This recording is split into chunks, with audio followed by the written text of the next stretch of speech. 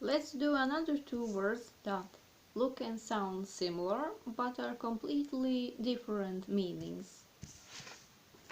For today it's prozor. You maybe already know what it means, and prizor. Again, only one letter apart. Prozor and prizor.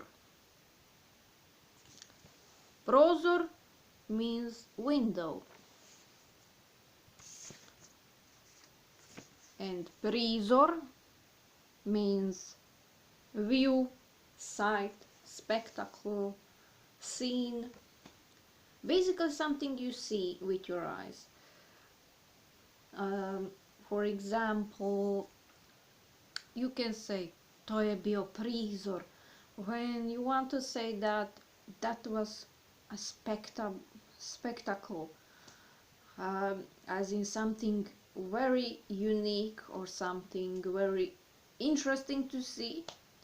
You can say that as to je bio prizor, as in that was a beautiful sight, as in you were in the nature and you saw beautiful mountains, beautiful forests, waterfalls and so on.